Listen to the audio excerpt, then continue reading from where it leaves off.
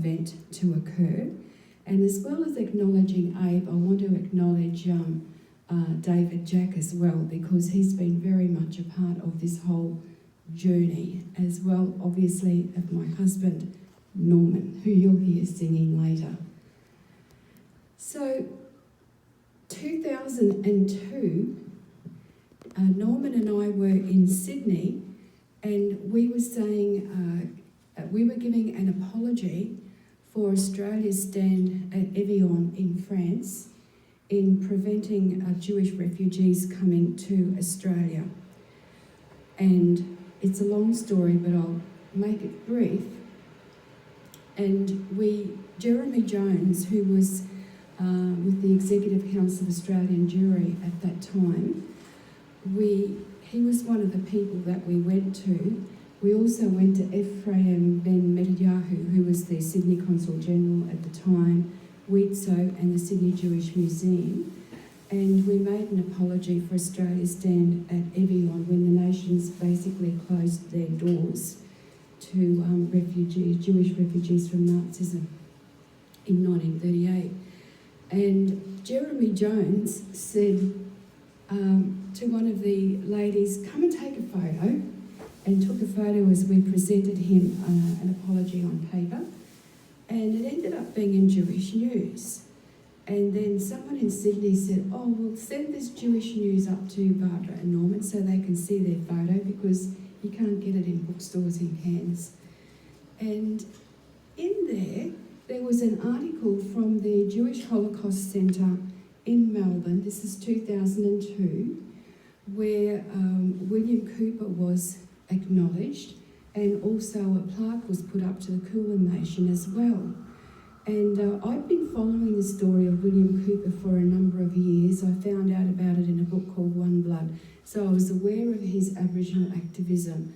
But I thought, wow, there's a Jewish connection as well, and I was very excited about that. Norman and I have been to Israel 10 times.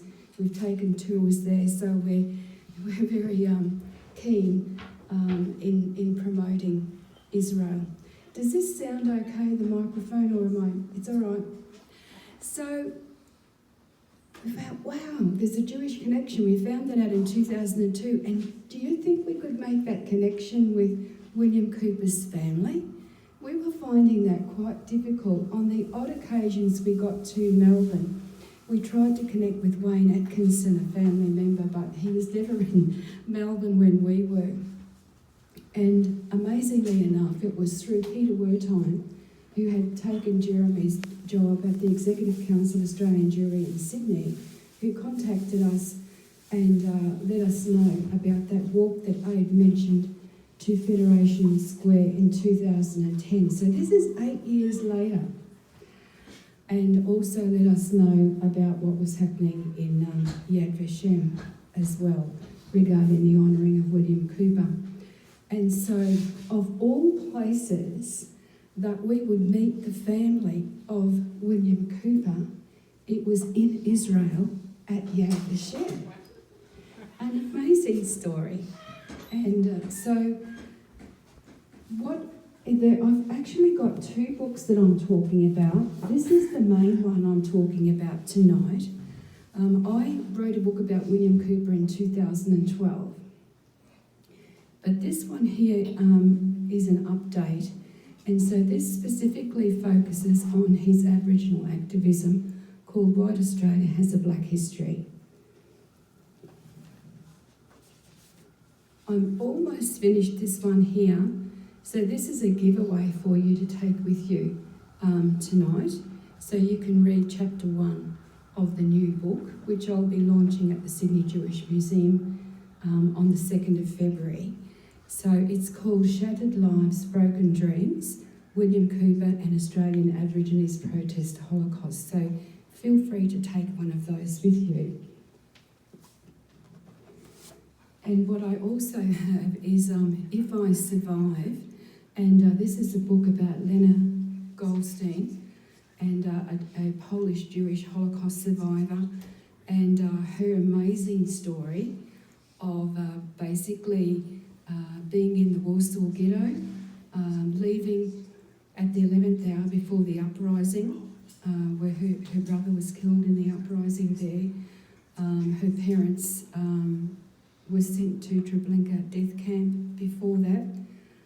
So it's a difficult read, but also it's an inspiring read, because you find out there the incredible resilience and the incredible compassion and even the humour that Lena had to help people to survive. So that's there for you as well.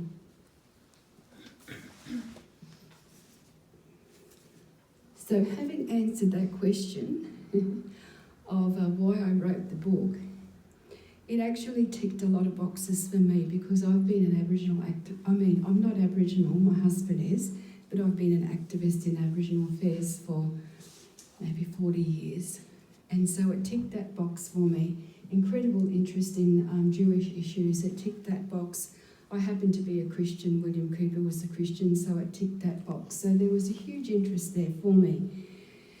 But look, what I want to say tonight, and I do have a PowerPoint there, and we will get to that, but it was absolutely awesome in 2012 when I launched the book then called William Cooper, Gentle Warrior, Standing Up for Australian Aborigines and Persecuted Jews. When I launched that book, it was amazing, because I was looking at where I would launch it in Melbourne.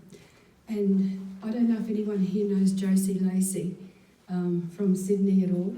No? Okay, so Josie said, what about the German consulate? And I thought, don't know about that one. And we actually came, Abe might remember this, we actually came and saw Jo Silver at the time, and she flagged it with her staff, and they thought, yeah, it might work, it might be okay, people might live with that.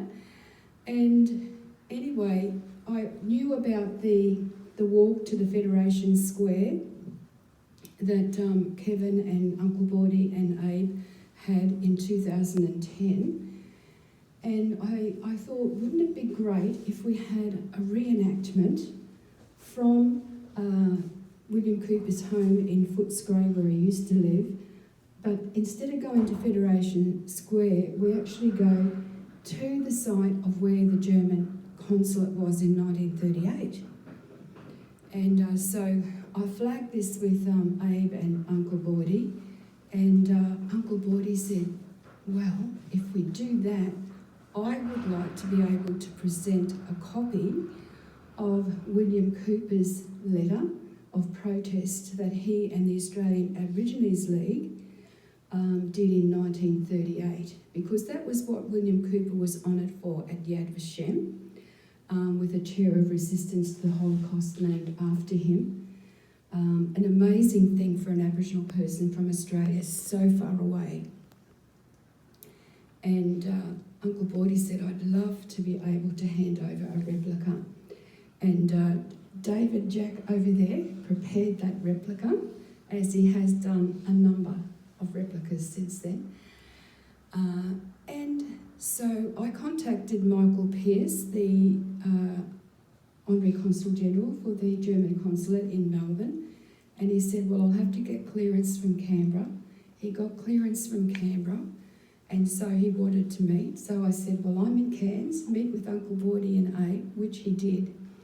And that whole thing came together. And look, it was an amazing event, and thanks to Abe and the Jewish Holocaust Centre and many others who worked to bring that to pass.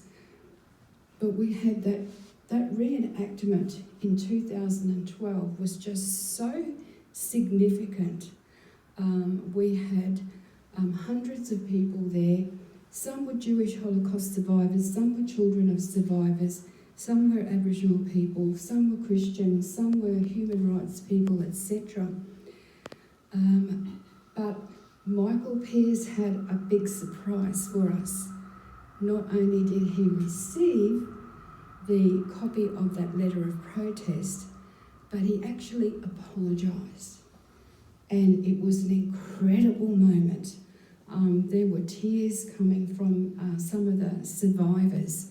It can't undo what happened in the Holocaust, but just to have it acknowledged by a representative of the German government who actually said sorry was just a very, very important event. And in 2017, we had a team of Uncle Boydie, his son Lance, Abe, David, and a photographer, Emmanuel Santos, went to London, Belgium, Israel, and Berlin, and Uncle Boydie was able to actually hand a replica of the William Cooper protest letter from 1938 that the German consul in Melbourne wouldn't receive, but he was able to hand that to a representative, Felix Klein, of the German government. So, incredibly important event. There was one other event, and then I'll go on to the slides, but there was one other event that that Uncle Boydie wanted to finish William Cooper's business, and that was basically a letter. It was actually a petition of 1,814 signatures gathered in the 1930s to protest the conditions of Aboriginal people and the fact that Aboriginal people could not vote, were not citizens, didn't have equality, were living in poverty, didn't have land rights, the land had been taken from them, wanted representation in Parliament. All of these things were in the petition. William Cooper would sit up in bed at night, sick in Melbourne, writing letters, using every little bit of money for stamps, writing letters all over Australia to politicians and members of Parliament. This petition the Australian government would not send because Aboriginal people had lost their citizenship rights at Federation. And so it was incredible that after we had this 2012 reenactment in Melbourne here, Uncle Boydie said, well, the next thing I want to do is to try and get that petition to the Queen, the granddaughter of King George V, that it was meant to go to originally. So coming from the grandson to the granddaughter was a real poetic justice. And so we formed Uncle Boydie's dream team, basically, to help Uncle Boydie do that, a number of us. And it was amazing that in 2000, we launched it in 2013. In 2014, we had the signatures, and basically Prince William was here. Uncle Boydie wasn't allowed to hand it over, but there was a ceremony, if you want to call it, in Canberra, where it was able to be handed over to Sir Peter Cosgrove, who was the Governor-General at the time. You can see the wonderful photos there. There's a photo of it there. David's not in the photo because he was behind the camera. But Abe and I and Uncle Boydie are in the photo. And so basically, Uncle Boydie was absolutely thrilled that it got to the Governor-General, who a couple of months later handed it to the Queen, and that photo's probably there as well. And so it was really important for Uncle Boydie to finish his grandfather's business, and those two things were key. So one more thing I want to just say, and I won't name all the wonderful Jewish organisations that have been commemorating the William Cooper legacy all of those years, but there's one very interesting little song I want to talk about, Narabara, and this beautiful song is in the Yorta Yorta language, and it's something that William Cooper and the Australian Aborigines League may even been singing on their 3-hour walk or march from Footscray into the German consulate in 1938. We don't know. I've been on a number of protest marches and we sing. But it was sung at the centenary of Melbourne, the foundation of Melbourne, and it was sung when William Cooper's bronze statue was put up in 2018 in Shepparton. And so you might say, well, it's a song, so what? But it's a very significant song because it is a song of freedom, it's a song of deliverance, it's a song of hope. And where did it come from? It came from the story in Exodus 15. So called the Song of Moses or Song of the Sea, and also Song of Miriam, which is similar verse. And so the incredible celebration that they had after the Egyptians were, the chariots were overridden by the sea as they crossed over toward the promised land.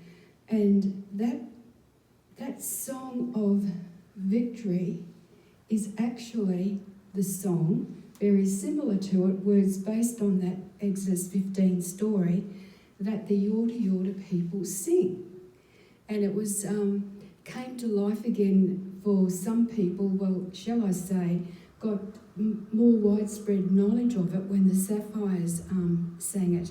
Some of you may have seen that movie about the 4 Yorta Yorta women who went to Vietnam in 1968 and performed for the troops, and they sang that song. So that song, you would think, well, that's a pretty big song line to come all the way from basically the Red Sea all the way to Cumragunja, the reserve on which William Cooper and a number of Aboriginal people lived, and before that Maloga mission. How did that song travel all that distance? And you know, that is a distance of nearly 4,000 years as well. So that's an amazing story in itself. Well, how it happened is that when slavery in the United States was, the slaves were finally emancipated in the 1880s, I think it was 1864, and there was the first college in Nashville, Tennessee, of all places, that was set up for the freed black slaves to go to university. And they had a group called the Fifth Jubilee Singers, and that group basically, because they needed money, went on a world tour to try and raise money. They were in Sydney. They were sung in the palaces of Europe, they sang. They were feted by Queen Victoria. When they were in Sydney, Daniel Matthews, the missionary, invited them to Maloga. And so basically it was while they were there, the Aboriginal people, the Yorta Yorta people, was just so excited about this song. There was this incredible reception to these Black American singers, because the thing is, Daniel Matthews himself, his father had been one of the slave traders out of taking slaves, he was Englishman, taking slaves from West Africa to the US. And while he was out at sea, he saw this kind of ghost-like figure, and there was a compass there pointing to a certain latitude and longitude, and he just felt that he had to go there. And he went there and he found this man adrift at the sea who would have perished if he hadn't saved him. And he said, "I've been praying all night, you're the answer to my prayers." And so when they talked about it, Daniel Matthews' father became a Christian and would not do the slave trade, and obviously was out of a job. So Daniel Matthews was very much anti-slavery, which is one reason why he would have invited the Fifth Jubilee Singers. And he was also really a champion of Aboriginal rights, but he taught the Bible story that's in Exodus 15. So when the Fifth Jubilee Singers sang it, there was this incredible hope and joy and song of deliverance and freedom that really inspired the Aboriginal people of Maloga. And so that story is just an amazing one. And I know that Abe has run events talking about the Aboriginal Moses, William Cooper as the Aboriginal Moses. And when you have a look at it, there are some interesting parallels. One is that song. Another parallel is that William's mother, Kitty, she was actually born in pre-contact times. Not pre-contact for Sydney, but pre-contact for the area where she lived. And she was a Willithika woman, but she lived in the Moira forest. And other tribes called the Moira people the Reed people. And so I did a little bit of research on that, and I thought, reeds, bulrushes, did we have them in Australia? Well, yes, there's lots of evidence for reeds and bulrushes on the Murray River between Moira and Echuca area. And I thought, wow, there's another interesting parallel. And the other thing is that in 1939, there was a strike in Cumragunja because the people had been moved from Maloga to Cumragunja, which was a government mission. The manager there was very harsh. The people were dying of malnutrition and poor health services.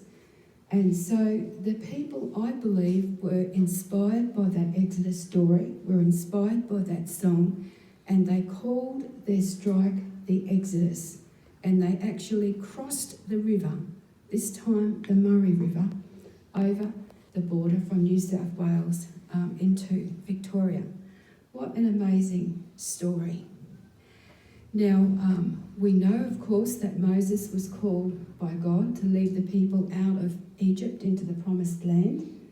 William Cooper makes no record in his writings of feeling a call of God to lead his people out of the situation they were in into a new era or a new place spiritually and physically.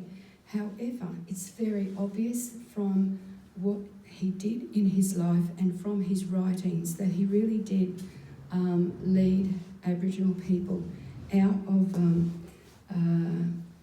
inequality, out of disenfranchisement, they couldn't vote, out of their lack of citizenship, out of the huge socio-economic gap between Aboriginal people and non-Aboriginal people, led them out of that into a situation of equality and freedom, being able to vote, being able to be counted as citizens, and even out of oppression and discrimination into a fairer society. Now, he didn't see all of that in his lifetime.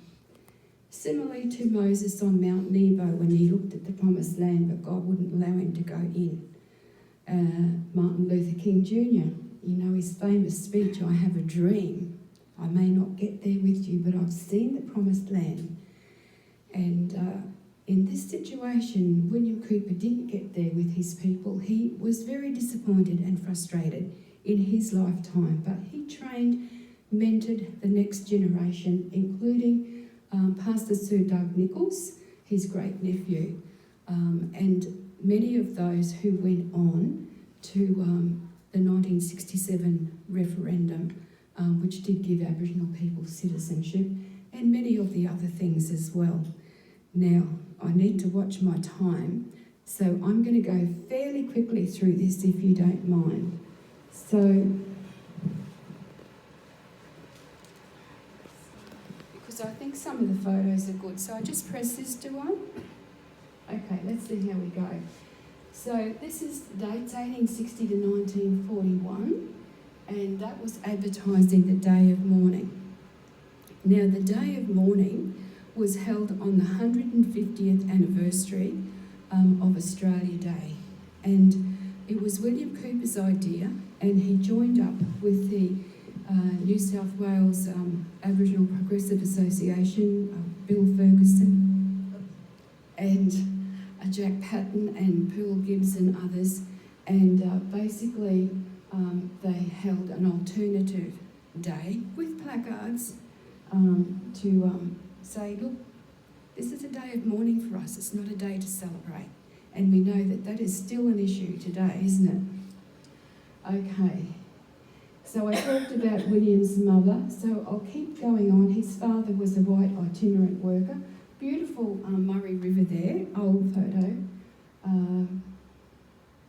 Okay, so these are the missionaries, setting Daniel and Janet Matthews, who set that up in 1874. That's the school at Maloga.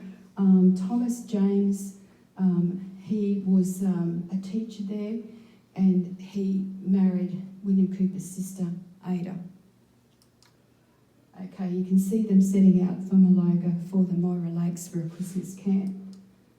Okay, the Maloga petition, this was a petition in 1881 that the people of Maloga put together to try and get their land back that had been taken from them. They did another one in 1887. So here we have a photo of the Cumbragunja Reserve. And so basically with Cumbragunja, as I said, that's, and called Cumra for short, that's where the people went to. I'm going through these fairly quickly because we've got other things we need to do tonight. Beautiful photo of the Murray River across from Cumra. This gives you an idea of the kind of housing at Cumra as well. And so basically William Cooper, he had actually moved to Melbourne and set up the Australian Aborigines League at the time when they went on strike there, or had their exodus, and Jack Patton was involved as well. So these are some of the people that formed the Australian Aborigines League. You can see William Cooper in the centre there, distinguished by his rather large bushy moustache, his trademark. So amazingly, this wasn't the first Aboriginal organisation in Australia, but it was the first national one, and it has still existing today with the name change, which is just amazing. Okay, so it's now called the Aboriginal Advancement League. William Cooper on the left, and we have Lynch there, and I think that's Marge Tucker. That's Sarah on the right. Okay, yeah, Margaret Tucker. And so they formed a choir. So with the Morgans and Thomas and Shadrach James and Arthur Burdeau and Helen Bailey, two white supporters, they were part of the league. So the 80th anniversary of the strike was held on the 3rd of February 2019. Or 80th anniversary of the exodus from Cumra. Go back one there. So this is the petition I was talking about.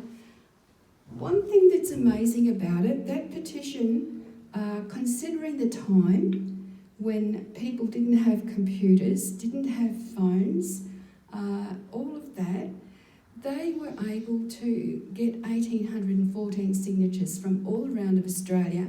About half of those came from an Aboriginal community in Queensland called Palm Island off Townsville, because there was a missionary there called Gribble that was a friend of Cooper's that probably helped out with that.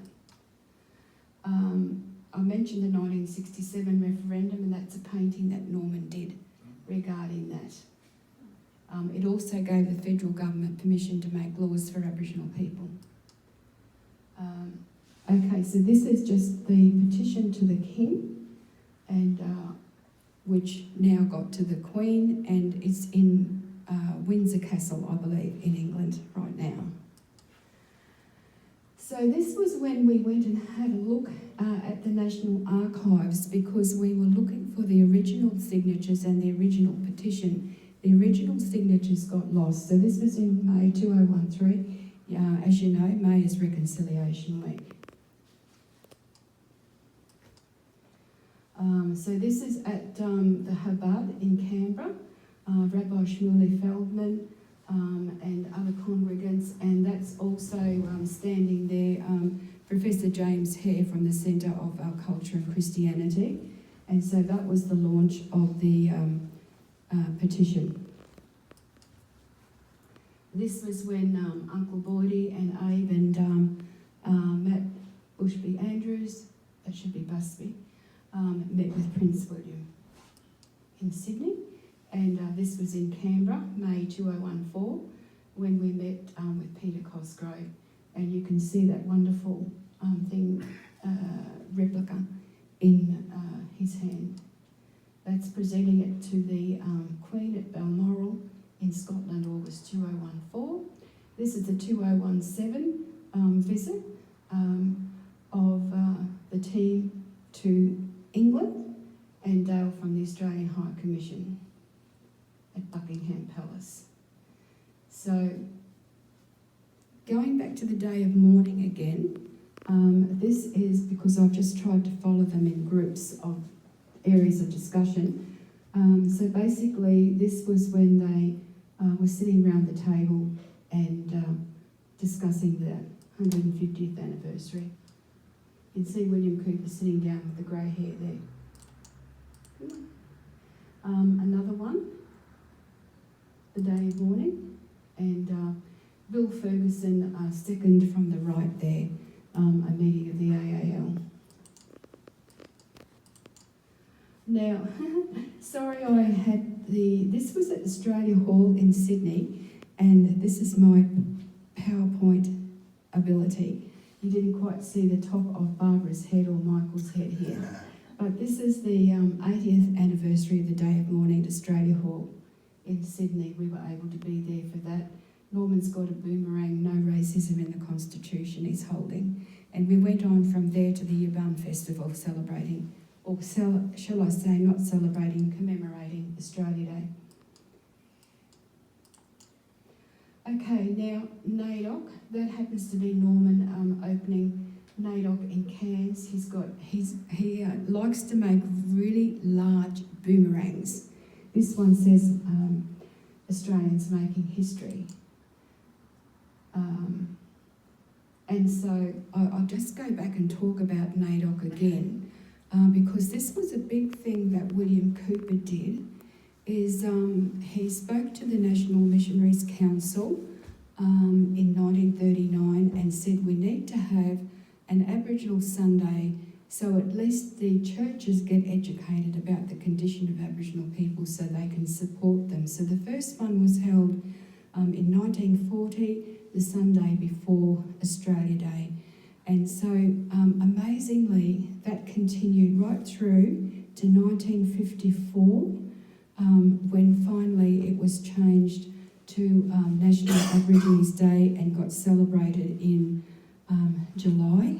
And for many years past that, up until 1989, it became National Aboriginal and Islander Week. So, amazing story there. That happens to be the launch of my 2012 book at Maroopna, at Rumballara Cooperative. And I know it, but I'm just trying to rush. But look, the thing is, it was really important for the first launch of the book to be on country, on Yorta country, out of respect for the people before we would go to a large city. So that's what we did. Wonderful event.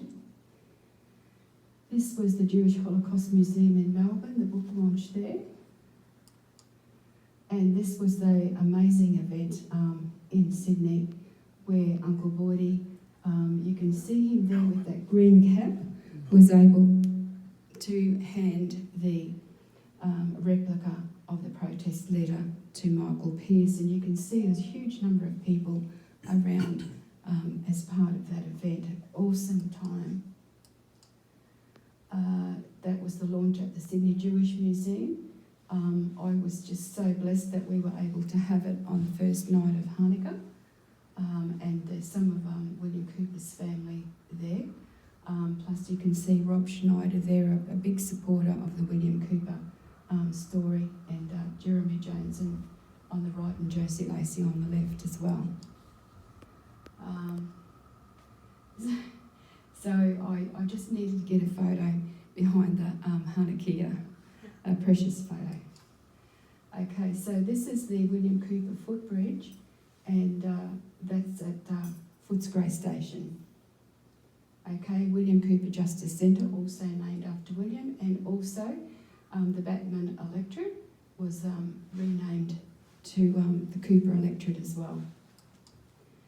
And here we have this wonderful mural in Shepparton, unveiled in 2017. So we've got Pastor Sir Doug Nichols on the left, and we have William Cooper on the right. And there's also a mural of Dan Cooper, the son of William Cooper, who was killed in World War I and is buried in Belgium.